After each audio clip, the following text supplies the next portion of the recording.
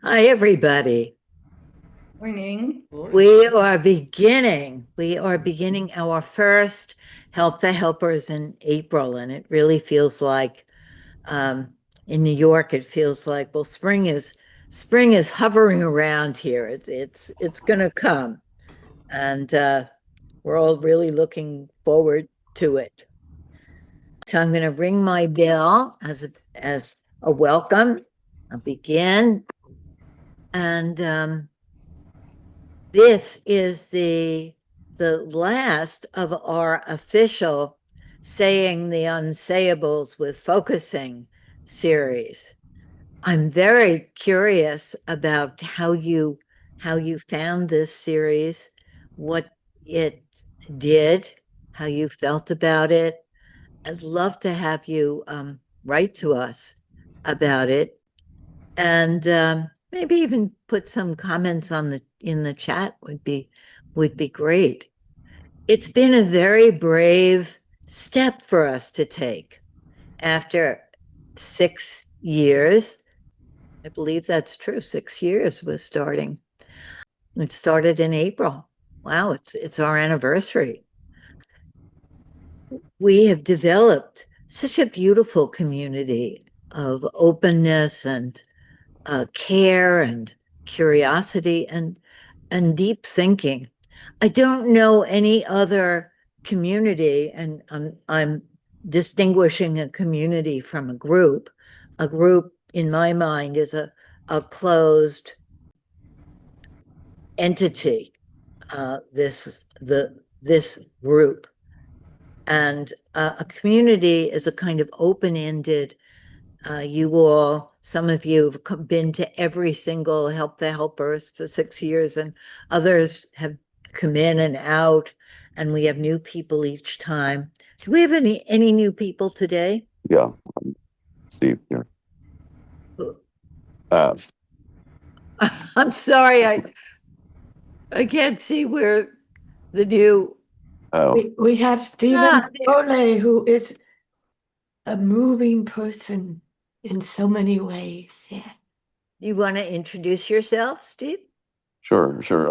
I've been focusing since the late '80s. I'm in a changes group. Started with forgetting names here in Westchester. So Well, welcome thank you, to Help thank you. the Yeah, Helpers. yeah, great. You're going to come in on the end of our Saying the Unsayable series. Okay.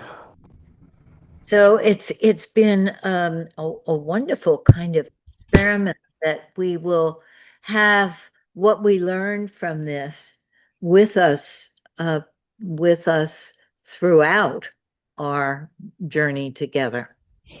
One of the things that I've been so struck by in this series is how many dimensions and levels and differences there are in how we use words, how we conceptualize things, and this project of talking across difference with focusing really shows itself as a very courageous venture when we're talking about things that are difficult to talk about.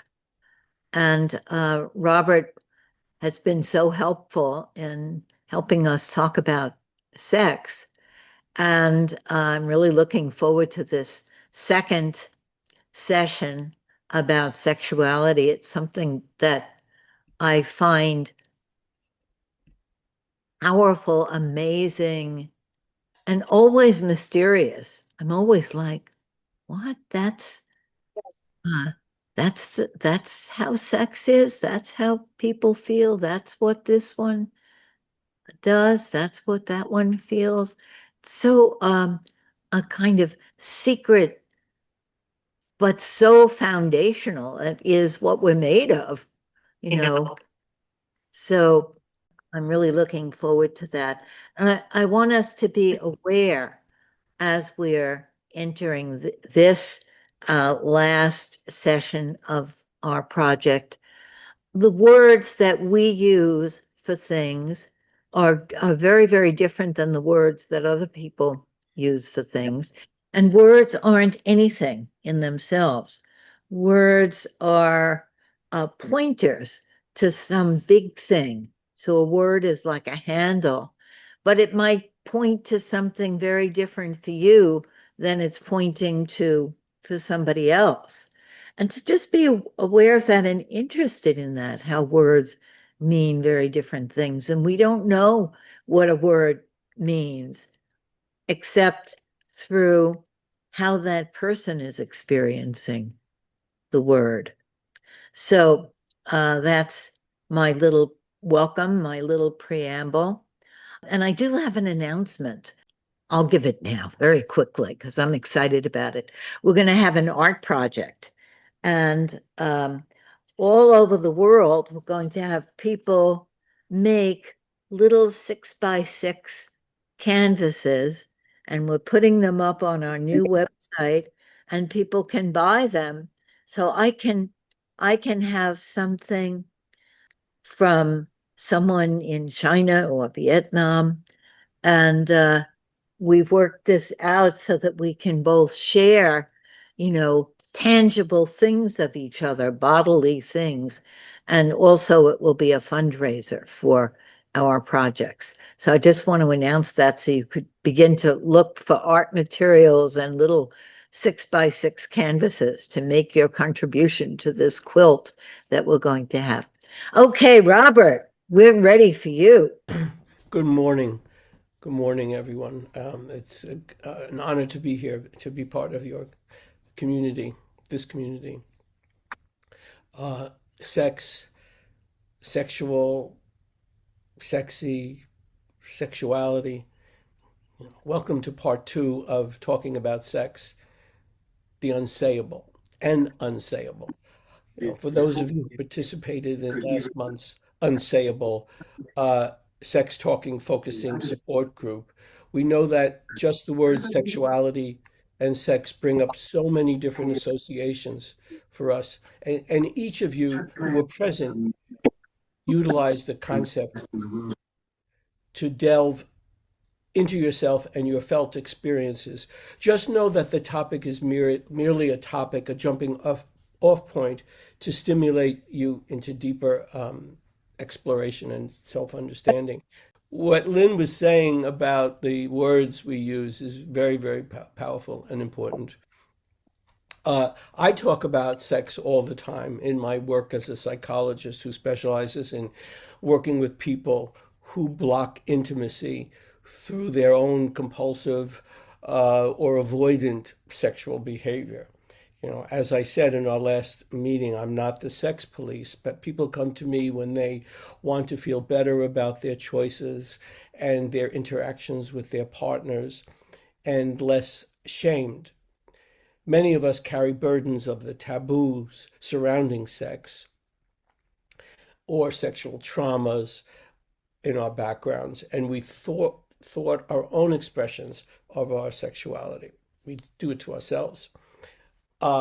This is the most private of topics, and it is essential for me to be open to hear everything from my client as you do yours. We need to be able to express, and our clients or our students need to be able to express all which is evocative of their childhood, adolescent, adult memories of perhaps being overstimulated, traumatized, inhibited, or restricted in their sexual expression. And we want to be able to be open to hear the joyousness of of of, of sexuality or things associated with sexuality, sensuality, like the woman who was speaking last week.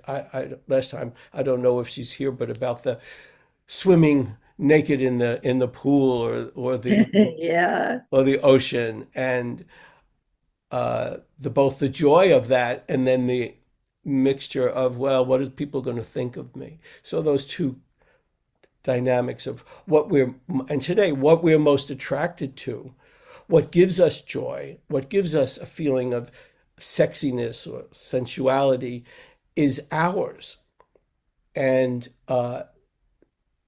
how we project that or how we feel that that's going to impact everyone else is another story. So today, this is the focusing for today. There are many aspects of sexuality, and we are touched upon many of them in the last meeting. As I said, to whom are we most attracted, and how do we describe our sexuality, our preferences, our inhibitions, and what is sexy to us, and how do we feel when we are sexual? And that's the focusing for today. So each one of us gravitates towards certain experiences, attitudes, sounds, smells, tastes, body parts, gestures, sexual gestures, fantasies, sounds, memories that arouse us. And this combination of all our aspects constitutes our arousal template or our mosaic of attraction. Question, let's know that when we start talking about this today and move into the exercise, that I'm going to throw out some questions and open-ended queries, and if something is offensive or it doesn't pertain to you or you don't want to go there, just feel free to just let it go. And today we will take time to find comfortable spaces, a posture that's comfortable. Be aware of your breathing and just focus on your inhalation. Inhale and exhale. Inhale. Focus on a long and rich exhalation.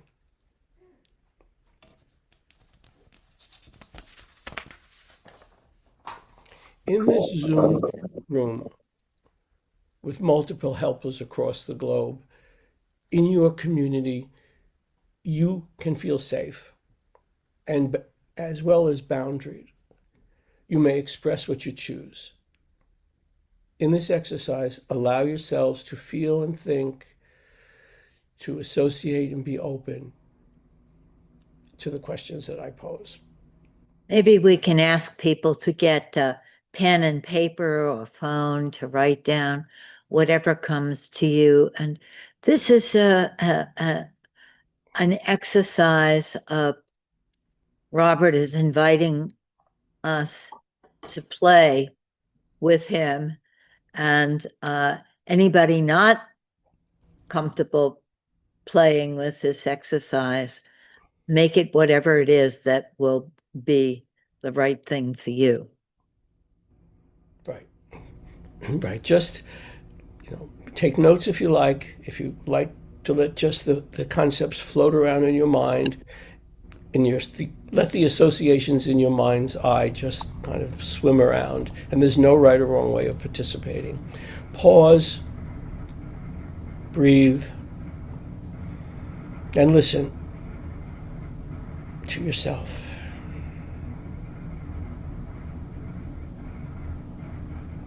How does your body signal when you feel an attraction?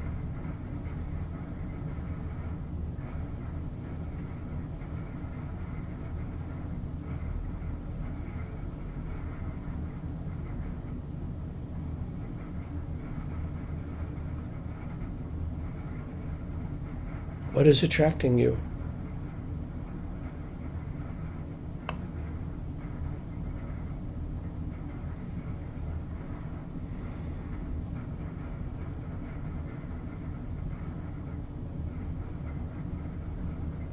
What do you notice about that person?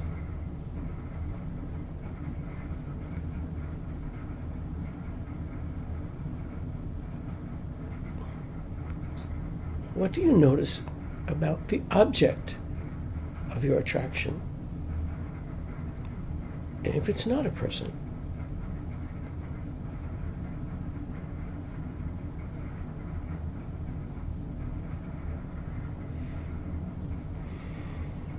what gender or genders make you feel sexy?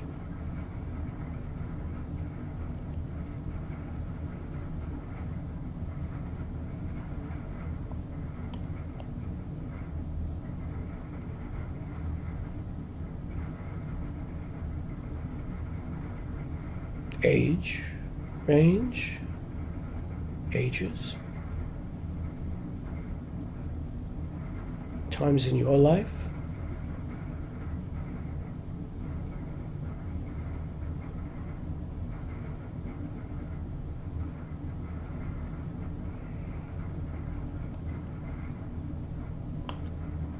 What are the ethnicities that most attract you?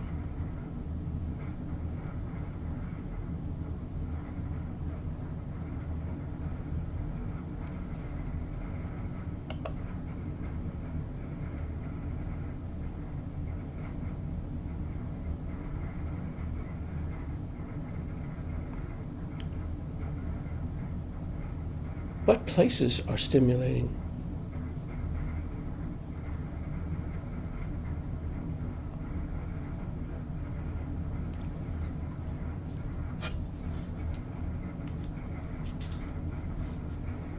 Things.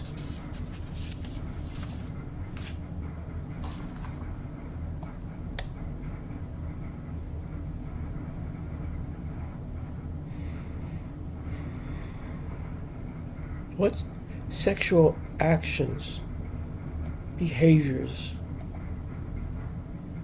arouse you?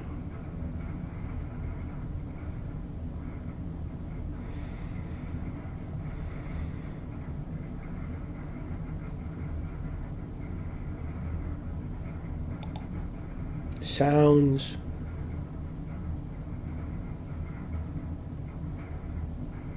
music,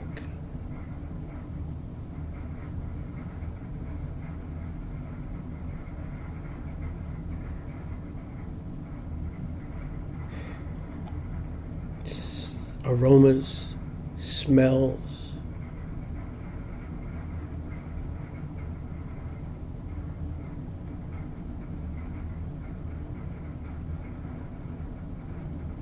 clothing,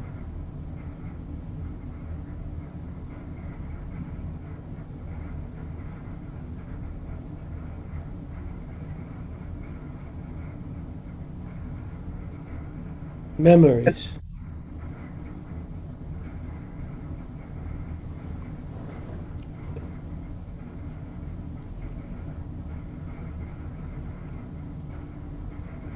What traits or qualities in your partner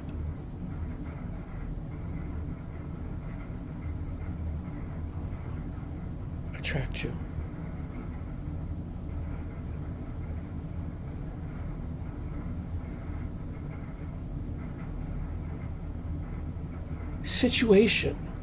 Situations, dynamics of situations.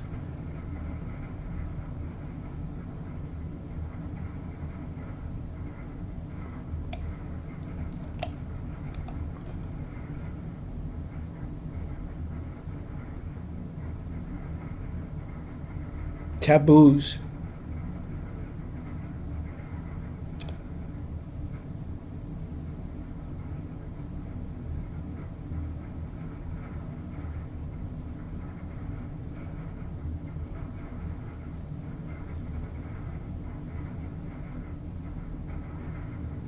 Words, phrases,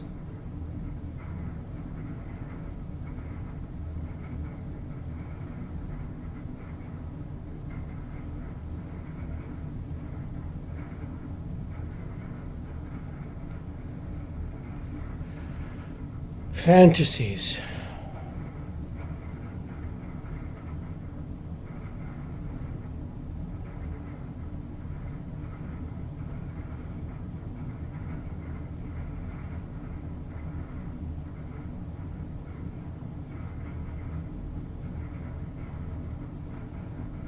What else? What else do you associate with? What is yours?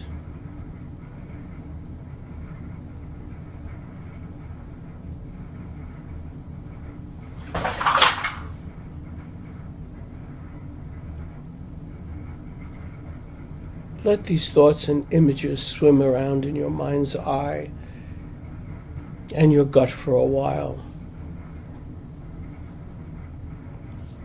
And when you are ready, to return. We'd like to hear about how you experienced and your felt experience during this exercise.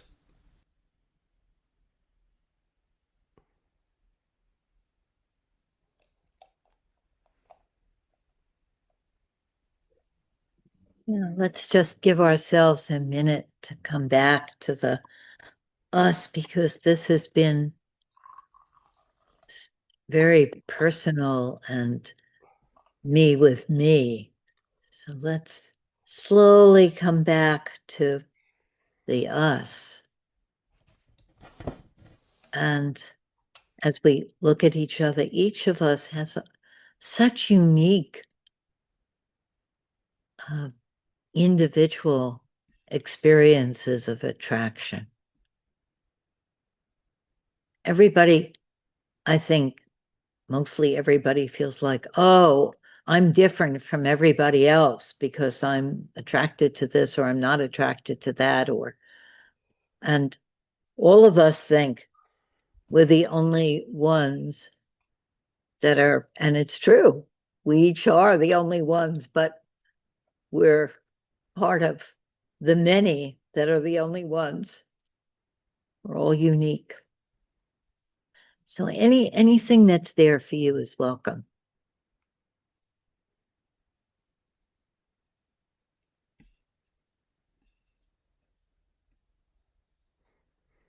It's not very often that in a group, in a community, we're thinking about our own personal attractions. So what was that like to think about that?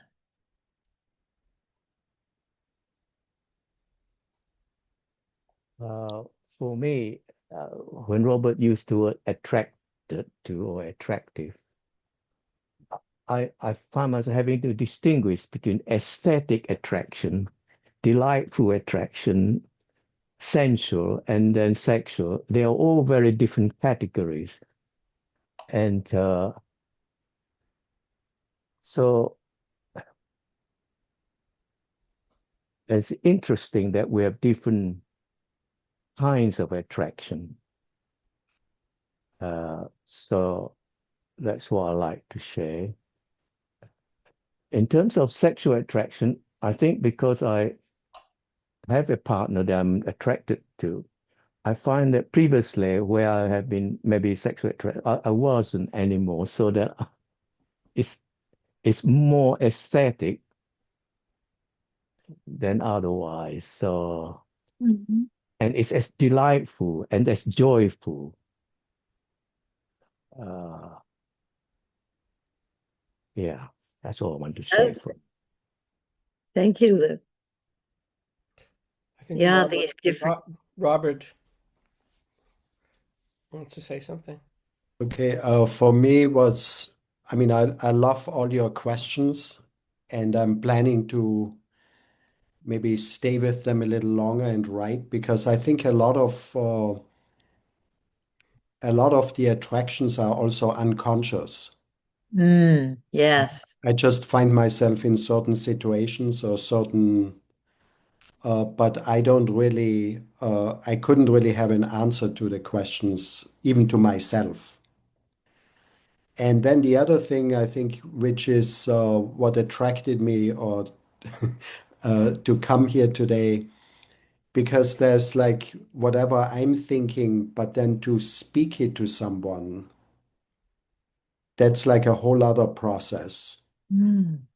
And so I'm thinking even in focusing, like, would I really feel safe with focusing partners to share some of the answers? Mm. And so that's what I'm sort of thinking, like, what is it like to share that with someone? And what's the language we could use if we don't feel safe? Mm. Yeah. It's a big thing, isn't it? To know it. I love what you're saying about it. Many of the things about our attractions are unconscious or implicit, and then we can get to know them, and then sharing them is another step that feels risky, even in safe situations, because unsayables are unsayable for a reason, that they can be triggering for somebody, or somebody could be disapproving, or it's scary to share those things.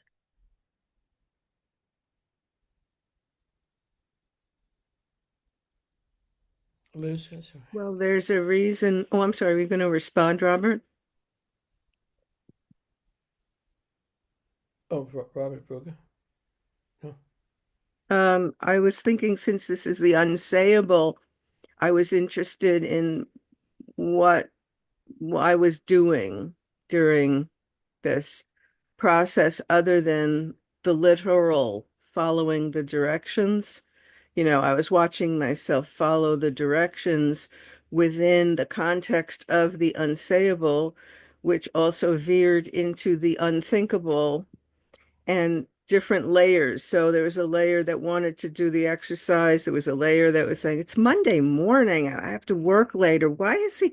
I'm supposed to now be sexual? That's not, what? So there was that part of the unsayable, and then I would kind of go into a little place and I would say, not that, and so there was a whole navigational thing uh, that I found that I was most interested in relating the exercise to the unsayable, Mm, which became the unthinkable. right, right. So for you, Liz, there was an interest, a kind of fascination with the language aspect, the way of putting it into a picture, maybe. And then when people say a word here and there, it's no longer unconscious. It comes floating out of the implicit into the midst of where we are here creating this together.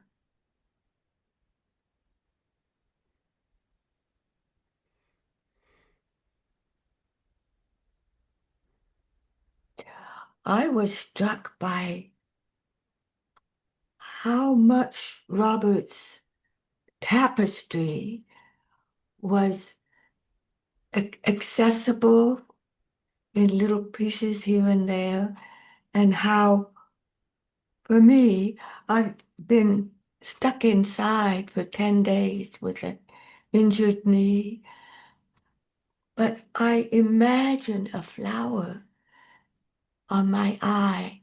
And yesterday I was able to step outside the door and my eye touched the petal of a flower. That vivid connection, all of the world in that connection, the seed, the earth, the blossoming. And this came quite vividly for me back again, listening to Robert, being aware that each of us in our little squares are listening in our own way. So, Liz, how does that sit for you? I'm sorry you hurt your knee. Oh, and the teaching of it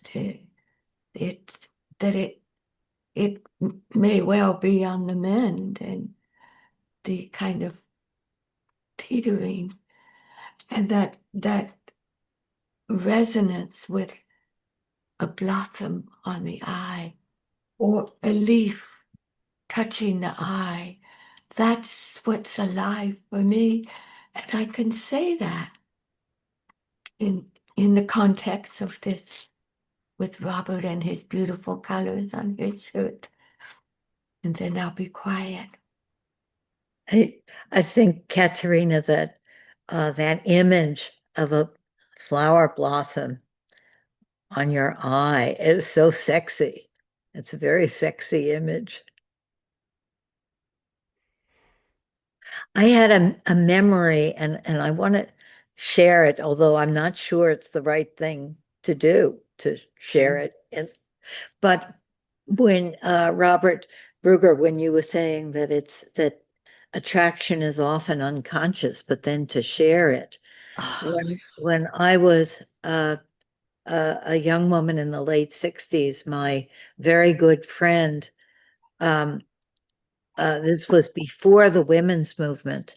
My very good friend wanted us to be lovers, and I was sort of horrified at the idea, and I didn't even take it seriously. I thought, what is she talking about? That's that's not that's not who we are. That's not what we're doing. And she came home from a concert, a feminist concert with a record. Uh, and one of the songs on the record was, "Because she's a woman, I didn't think I loved her. So unexpected, we just stood and smiled. But it felt so fine. It felt so right inside. I didn't know I loved her because she's a woman." And there was something in that song. I just broke into tears and I thought, it's true. I do feel attraction to her, but I couldn't know it without somebody saying it in a way that it felt so right to me. It was like not a category of are you gay, but this experience of it felt so right inside. Um, so I thought of that memory and how we can't know things very well. We might have a hint of it or haunted by it without it being named in a way that we can take in that naming, that we can identify with that naming.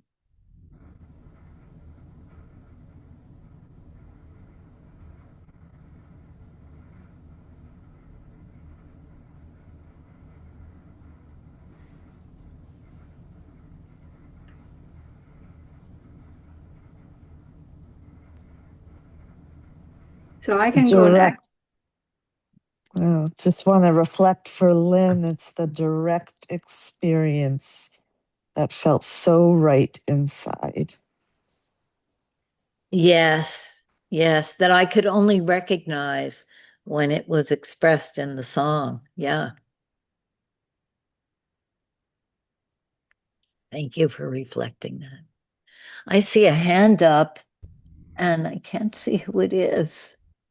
It's Marianne. Marianne, hi. Hi. So what comes up for me is this saying by Carl Jung that the trouble with the unconscious is that it's unconscious. So, so the follow-up with that is twofold. One is that his idea is that whatever is not accepted consciously or understood will come to us, or correction, unless the unconscious is made conscious, it will come to us externally and we'll call it fate. So oftentimes, our attraction is from this unconscious part of us that when we get attracted, we could understand what is the attraction. And it's usually some kind of a projection of some unhealed aspect of ourselves. And once we get to that part, at least, then we might have this ability to negotiate with the instinctual part, because from my understanding, we interact cognitively or consciously and instinctually. And what is the animal instinctual part that attracts us to a particular person? And oftentimes it's layered. And one that I very much appreciate is astrology. I don't know how many people are into astrology, but there are certain planets that are more like, for example, fire will have a hard time with the water planets, fire being something like Leo and water something like Pisces. They would negate each other. It would never work. But two fires, boy, will that be a good sexual experience. So I often factor that in when somebody comes in and say, "Oh, you know what? I have difficulty in being attracted to my partner." Not infrequently, I say, "Oh, what's your astrological sign when it comes to the planet Venus, which is where sexuality is, and your partners?" And oftentimes I get an insight. Thank you.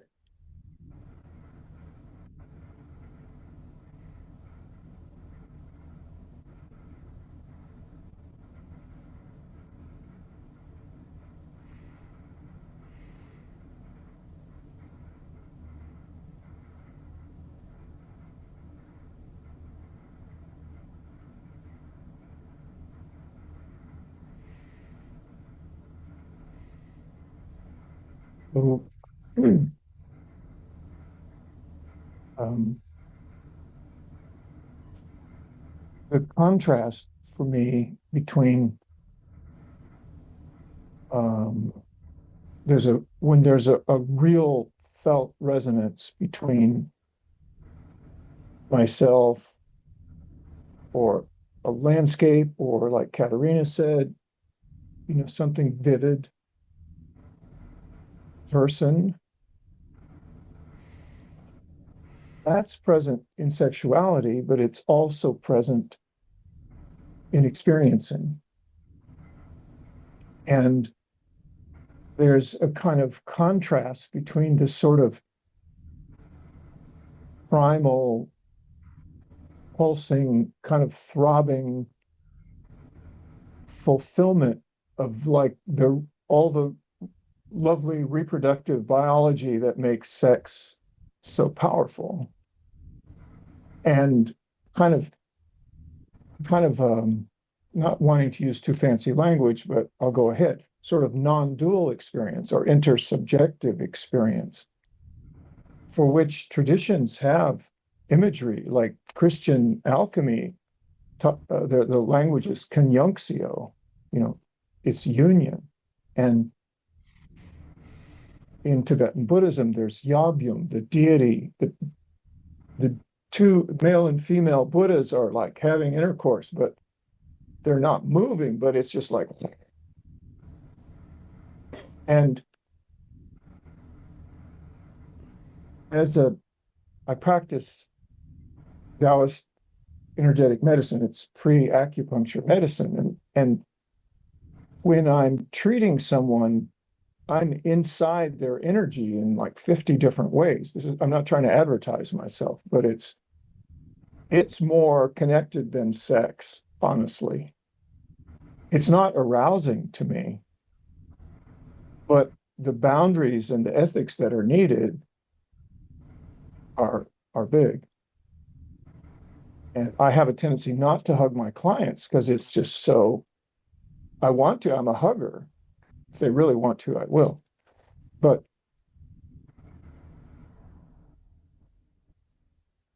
there's a way that intersubjectivity goes back and forth, and then it just kind of is. And I want that in my sex. But the sort of pulsing, pounding, throbbing, primal, like let's fuck, uh, is less. It doesn't necessarily involve like what I might say the higher chakras. And so I'm just feeling this contrast between the pulsing, kind of reproductive driven biological power and a kind of melting in the most wonderful way. Mm.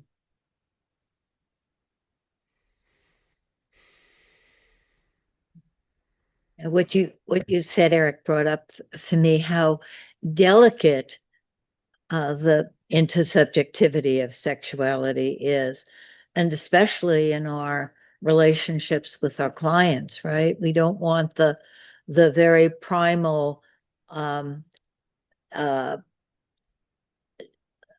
urgency of that kind of sexuality to be in our sessions with our clients. But sometimes it is, and uh, sometimes a hug can be too much stimulation for the therapist or for the client. Hugs can mean so many things. I had a client who was coming to me to treat her for her sex addiction, and she was just raw. Her vagina was just raw, but she was so in the primal mode that I had the hardest erection I've ever had with a client just because she was so rooted in her vagina. And it was confusing, I'm going to say. Uh, I didn't think I was the right person for her because it was distracting to me. I didn't, I did the work, but basically I wanted to have sex with her. It's the only time I can say that that really happened quite like that. Yeah, it's tricky.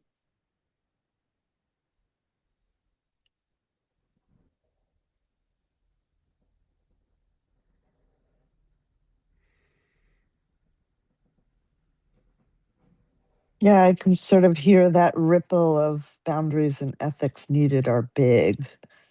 Mm. Boundaries and ethics needed are big in our work as sometimes energy workers, psychologists, therapists, all the helpers that are here in the different ways that boundaries and ethics needed are big. That ripples through our space back and forth.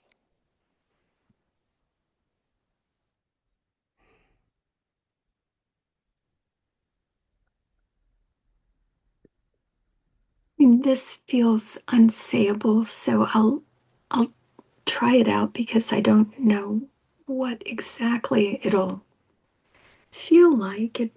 My felt sense is it's okay to say here. Um, I haven't thought about it in years. I had a lovely client, a Latino male who had multiple brain tumors. But as far as myself and my supervisors could tell, was, loved therapy and was together enough to be in therapy. Eventually, um, he had um, he had projected onto me that I was Jewish. I happened to be Cherokee and French, and he had surgically had his foreskin removed because he thought that would make him attractive to me. And this was like years into the therapy. So it feels like something that is unsayable, and I'll be curious about why. But I needed a lot of support from my supervision group to get through that period. It More time did go by, and for a time he was still cognitively okay and came to therapy. And I was able to visit him once in the hospital before he passed.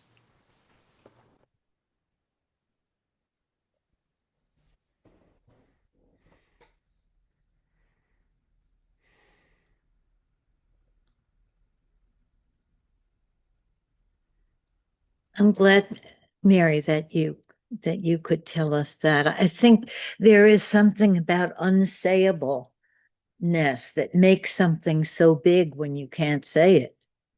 And that's true so much about sexuality.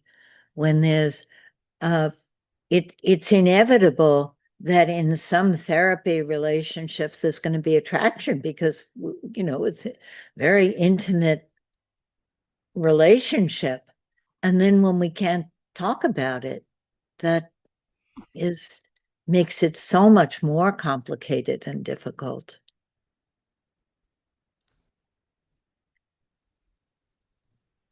Thank you, Lynn.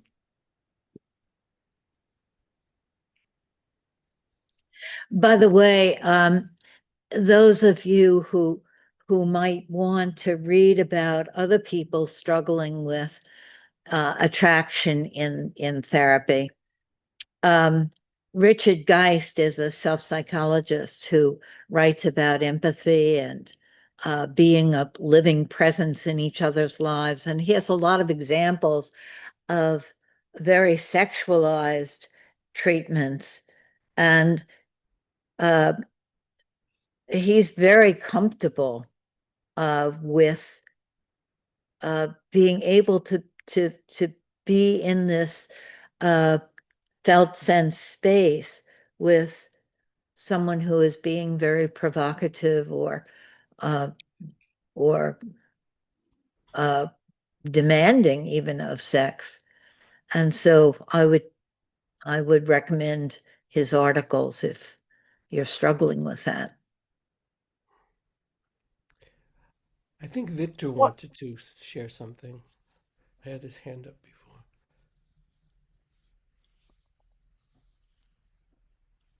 Did you mention Victor? Yes. Yeah, I Yeah. saw you had your I hand up. lowered my hand. Yeah. Uh, Yeah, but I just wanted to say I was thinking about sexual and sex Oh, and sexy. To me, it's all playfulness. It's all about play, and feeling safe and happily playful. That sums it up for me. And there is no difference basically between so to say, like night and day. Being naked or being clothed. It's all about play, the special type of playfulness, and that's. And so someone mentioned before here. Someone mentioned landscape, and I thought that wow, I thought about ocean being. To me, this is the most sexual thing. One of the well, not the most, but it's being swimming, and I'm very playful with ocean or sea, waves, the saltiness of it. There's something quite sexual about it. This salt water. mm, To me, it's very feminine in a way. mm. Um, yeah, but it's all play for me. I can say I'm not very sexual person in that way because I'm playful. What people call well, how do you say coitus? Yeah, coitus to me is just one thing Mm. amongst, in the play.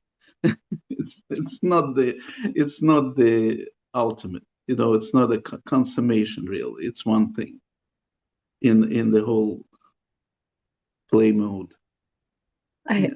I love your bringing play into it. My whole body sort of relaxed in this way of, oh, playfulness is such a sensual, sexy kind of activity and uh, way of being.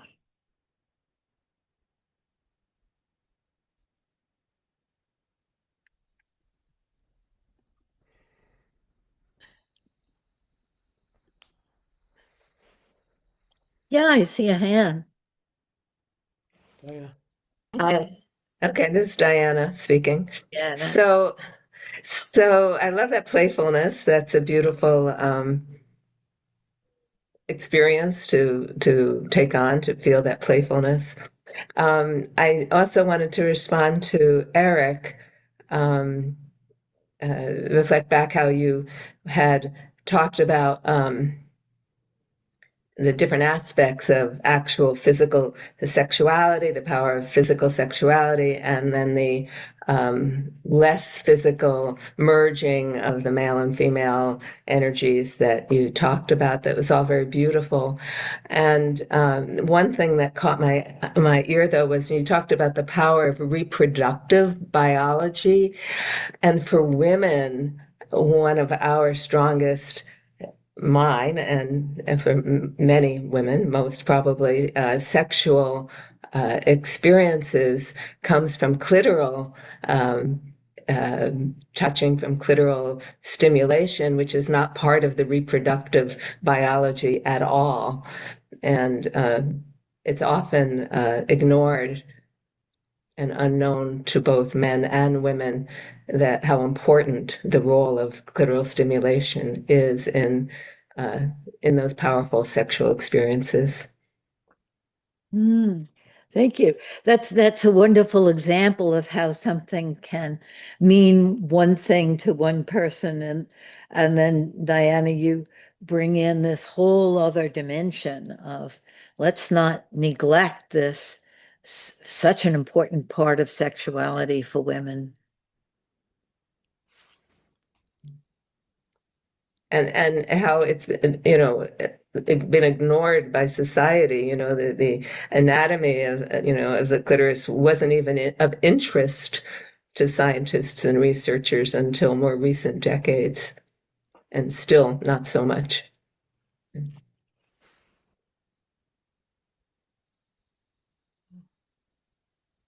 The other thing I was musing on is this, you asked us, Robert, to talk about attraction, and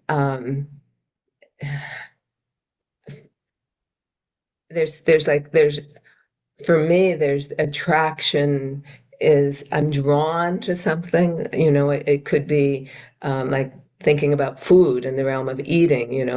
When we go down a menu, something attracts us or something. But it doesn't mean that sexually, or attraction to other people or other items or whatever someone might be turned on by. To be turned on doesn't mean we want to necessarily have genital or physical sex with that person or item, but we can still be turned on. That's interesting.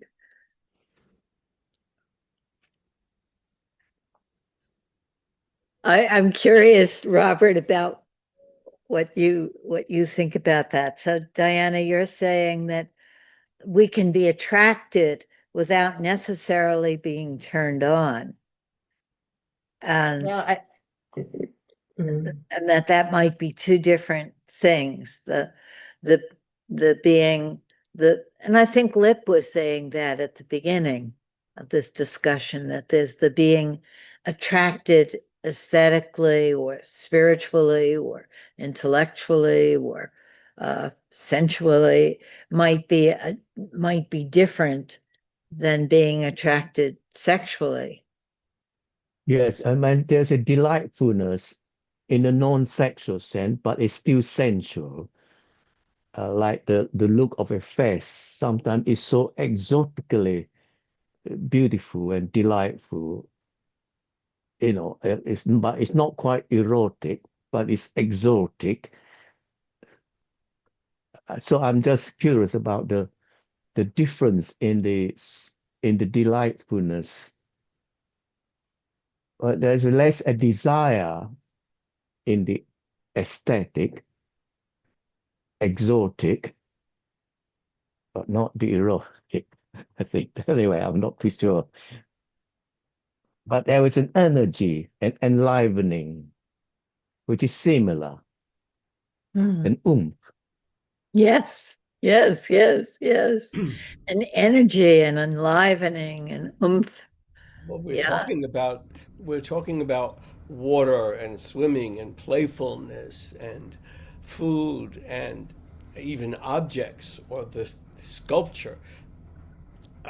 The openness that being open to the sensual, being open to the experience, a memory, a piece of music.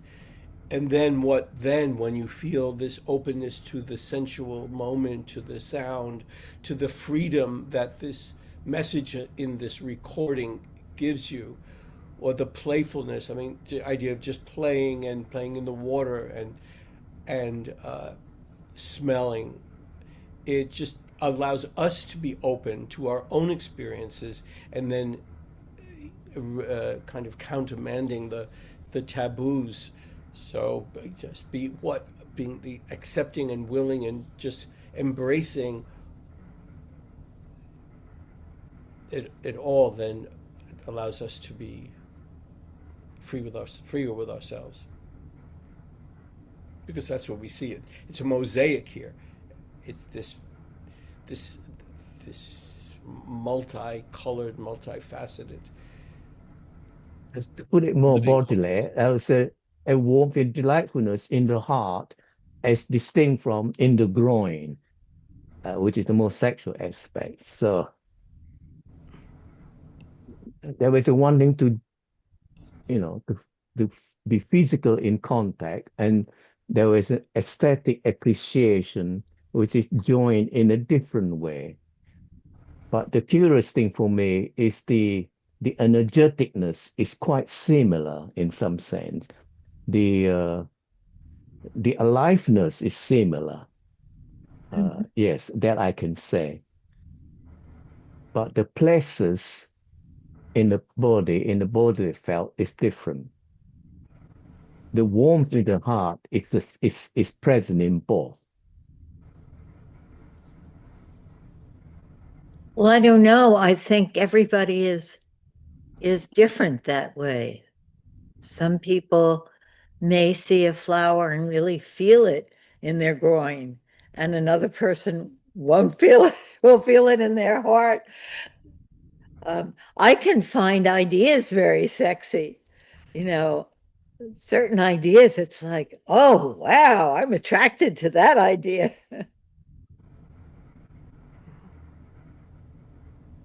Yeah, I can really relate to the sayable and unsayable and sort of like the rhythm of one's life where there are direct experiences of freedom and choice, openness, and then where there are limitations, closed offness as it relates to attractiveness, eroticism, exaltation, all those words of evocative sexuality. And there's, like, for me, the direct experience of eye contact and the window that brings one to the soul, for me, like a eye contact or eye contact to something I'm looking at, like a vivid color in nature that just connects something directly to a soul to soul bodily felt experience that brings openness of that aliveness, that eroticism. And then there's, I know when there's closed offness or limitedness, when I hear something that's opposing to me. Like just the other day, my husband, I'm married 30 years, and he took off his wedding ring because we've been moving dirt outside. And I was so disturbed. He's like, "Why did you take off your wedding ring?" And he's like, "Beck, you're being ridiculous. It's just a piece of metal." And to me, that opposing, like, disconnect was so disturbing. And so there's like, yes, when there's this direct experience of connect and openness, and then when there's that limiting closed offness that's in words or language or vision through sight. Yes. And when I heard Mary speak, like for me, sometimes in working with clients, or working with colleagues that, yes, you're holding these ethics, these boundaries, and just like a hand on my heart felt what Mary was sitting with over there in a way that I could open to her whole experience. This, what Dora Lee wrote about, that the body's right gestures that just bring you to that openness of sexuality, attractiveness to one's bodily felt direct experience. Sorry, that was a lot. But It's very, what I'm hearing. very beautiful to me, Beth. I could feel all of those alivenesses in these different ways. And yeah, that openness as opposed to the closeness. But if we want to do breakout rooms, we have to do it. What do you say? Um, Anybody that wants to stay in the main group to continue the conversation and maybe respond to Beth is welcome, and the rest of you um, will have 15 minutes and then come back to the group. So if you want to be in the bigger group, you could stay, and in the breakout rooms, there'll be 3 or 4 people.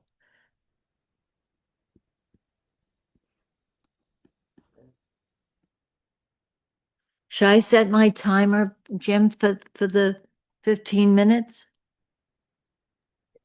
And we can add a note for them. Okay. Sure. That's a nice big clock. Too. Well, you can do it, Katerina, because you have your big clock.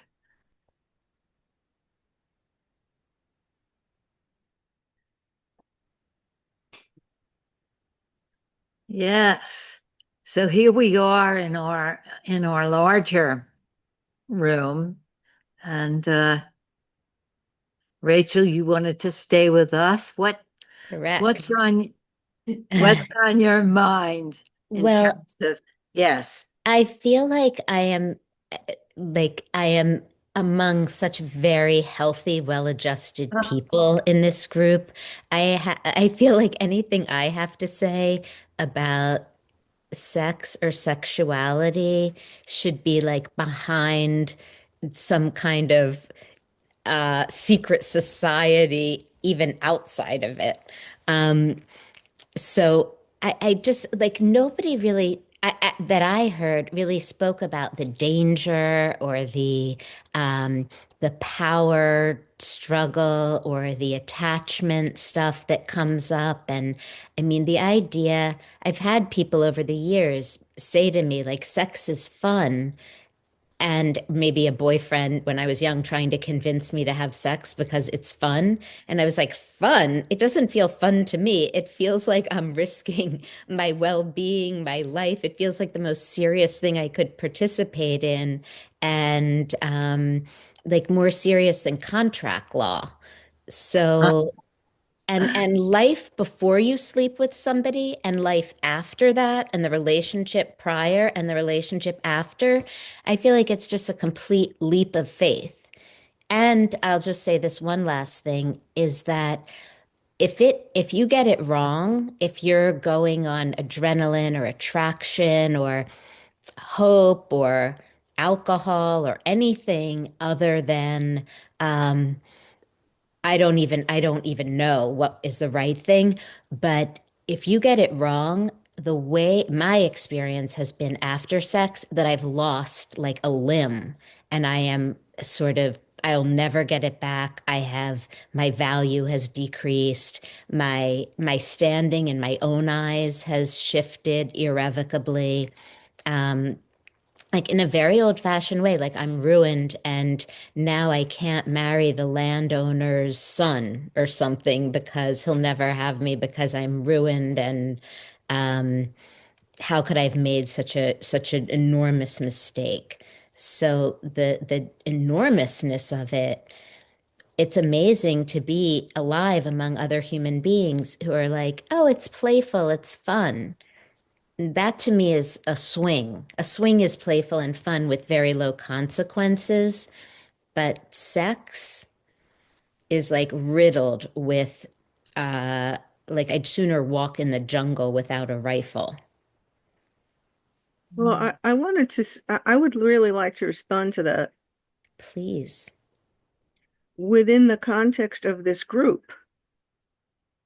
I mean, I found all along that in this unsayable month or whatever it is, the what's really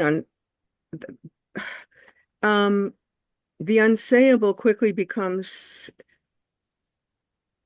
completely sayable, apparently. That it's the unsayableness that becomes unsayable. I don't know if that makes any sense.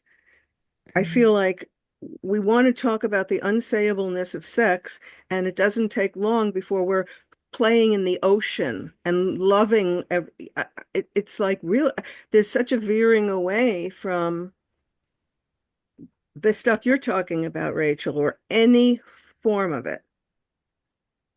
And then we're in astrological signs who I mean it's like what, I to me what really stands out in the foreground is that the taboo is taboo here. Mm. Mm. Everyone is on this spiritual thing that it's making everything beautiful all the time. Although there were a couple things shared that I felt like were really unsayable, like the therapist's experience with his client and feeling like very sexually charged and what that was to carry. But Right. maybe even that, the literal experience seemed unsayable and maybe didn't need to be said, but the underneath of it, like what that is to feel attracted to your client or aroused without even being attracted and what that brings, which I would think would be a lot of confusion and shame and conflict and so forth. But I don't know. And also what Mary shared, I thought was something that would be very hard to live with. Yeah, I would. Yeah, I mean, I was exaggerating, which I always do. But Make my I get point, I but I agree with you. Mary did, but yeah, I had that clangy feeling also when Robert was saying, I had the biggest erection of my life. I mean, is Mhm. anything unsayable? Like I would, Mhm. Mhm. Think a but I lot's understand unsayable. what, Susan? Well, I feel for me right now, I'm not saying a lot of things. It's, and I hope that's all right. I mean, it's okay with me. Oh, sure. We don't want to say that focusing, you know, invites us to say Anything. anything. Are things are unsayable for so many reasons and in so many contexts, as you're pointing out, Liz. But we want to get to know the feeling of unsayableness and whether we can take a step in naming something like Maybe Rachel, you're naming that feeling that women have had for thousands of years about being ruined. It's so interesting that you can't yeah, marry the landowner's son because you've been ruined, and that ancient idea that a woman's sexuality is owned by a man and you give it to the wrong man and then you're ruined or something. It's very, very it's very, very primal. And I would I would wonder if in all societies, people have that shadow side. when I was a child, think my parents, well, I never said vagina in my family. I know the feeling that I would have had if I mean, I don't know that I knew the word. That's it. I mean, we didn't even use words like penis.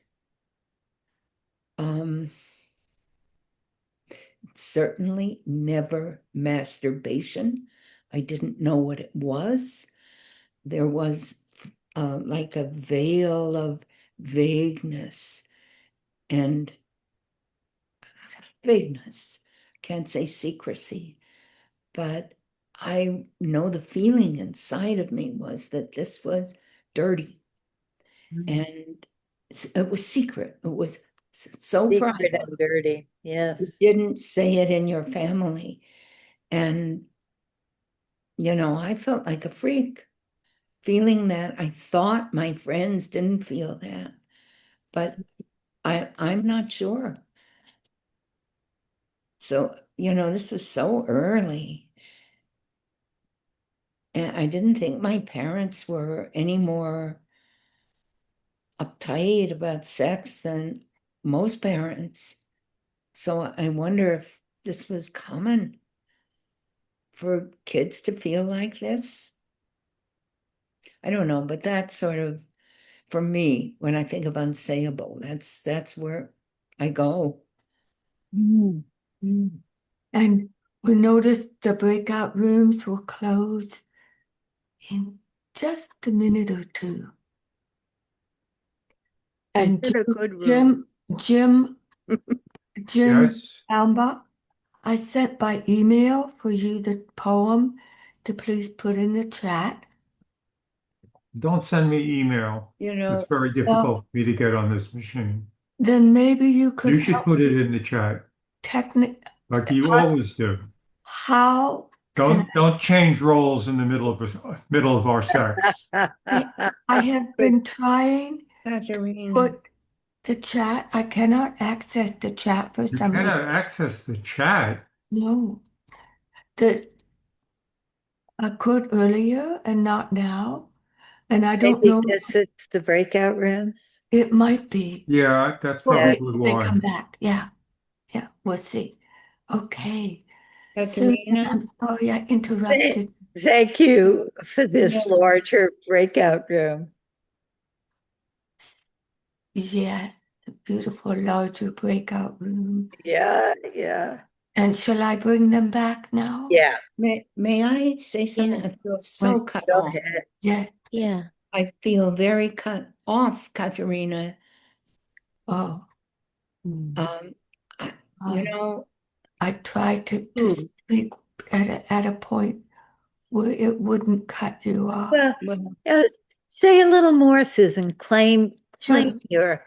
I would like to know if other people's early childhood had this, I don't even know what word to give it. Unspeakableness. It was like this Taboo. part of my experience, my feeling about my body, my touching myself any place in my body was very cut off from Yeah. life with my family. And I think affected me to this very day, but certainly affected how I got to know, or when I had sex, when I didn't. And I mean, for all the ease that we have in thinking we're so sexy and we can say anything, I think we're a very adolescent, what's the word? Uptight country. Yes. Maybe I'm talking about my own self, but Yeah. Susan, may I respond to that? Being, I feel like I was not from the same like time in history. Like I was growing up basically more in the 80s, in the 1980s, but I felt like that was on the cutting edge in a way where we had sexual education and we actually, our teacher had us turn to whomever was next to us and say, hello, penis, hello, vagina, to sort of help shatter what was, which wouldn't have been necessary had we not all grown up or been from generations prior that had grown up with such taboos. And when I took it home to my parents, and my dad and mom were born like in the 30s, 1930s, we had a dinner conversation, and my father was like, "What, Rachie? What are you doing?" Until at the end, he was like, "Oh, hello, penis, hello, vagina. It's a word like any other." So he like could get it and could catch on, but I don't think my grandparents would have. And even with that, I had tremendous shame growing up associated with my body as my body changed, if it wasn't in keeping with what the other kids were like or my ideals of beauty. I had tremendous shame and like self-hatred. And I think of sex very closely tied to safety, like social safety, acceptability, like very sort of archaic. So I would just like to say, I think what you're sharing is kind of the norm. Um, Well, you're also Sorry, but we're going to have to let people back. And I know we're going to feel cut off because You're letting them into our breakout room. right, it's such a rich conversation. But I'll feel responsible if they're waiting to come back and we can't let them. Susan, is that okay? I know.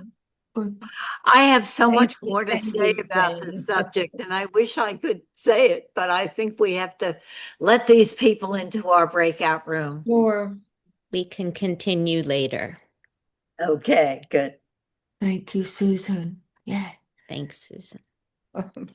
Thank you, guys. The rooms are closed. They're coming back. They're coming back. They get 60 seconds to come back. They're breaking into our breakout room. This is the break-in room. Yeah. 42 seconds, and they come. 40 seconds. Well, some of them bring themselves back right away. 35 seconds. We were eager to get back. Yeah, you're eager to get back. Oh, we had a lovely breakout, but it's a good topic. I'm so appreciative of this. I really am. It's such a rich topic. We were just getting really into it in our larger breakout room. Good. Hey, welcome back. Hi, how was that? We had a larger breakout room in the in the middle. And it was very hard for us to stop and invite you all back to the main room. So how was it for you? And Robert, you were in a breakout room too. Yeah, I enjoyed it. It was, yeah, I didn't know how it was going to work, but it was good. It was very good. Yeah. Who was in your breakout room? Well, I was one, and I'd like to share one thing Yes, I go learned ahead, I Rob. learned from Robert, or from speaking with Robert. There's what we pointed to as unsayable about whatever sexual feelings, thoughts we have. But then we also have judgments about that, and they are also unsayable. The judgments. Oh, The yeah, that's judgments. interesting. So I sort of noted, I knew that whatever unsayable about what I like or don't like, but I didn't know that that whole level of what I think about it is also unsayable. Very interesting. And what I discovered in myself, that a lot of things that I sort of, let's just say, not into, I just turn away and think of myself as non-judgmental. But there's actually a whole level of, I guess, judgments about it that I'm just not acknowledging. Yes, yes, that's so interesting. how the judgments are unsayable also.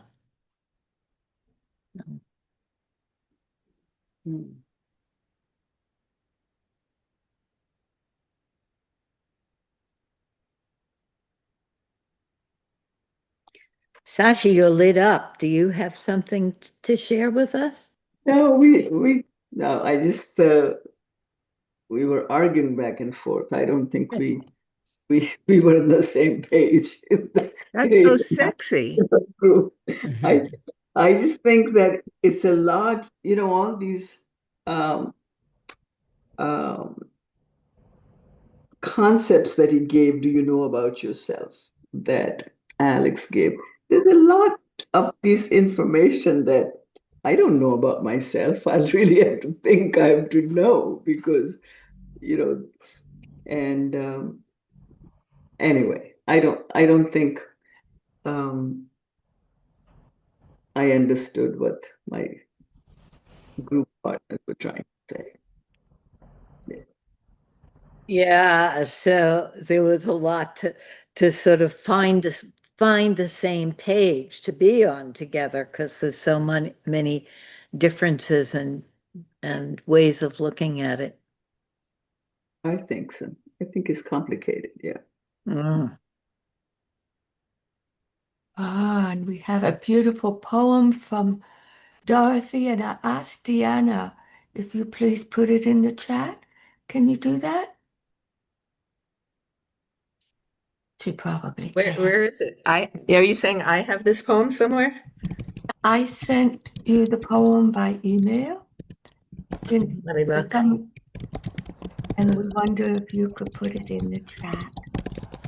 And if not, we'll Yes, I can. Yes, I can. Now I see it. Yes, I can. Okay. So when Dorothy reads it, people like it in the chat. Whoops. Wait a minute. Sorry. Give me a second here. I love the last line. Okay. Do we have any last sharing before Dorothy reads us our poem? We have maybe another minute.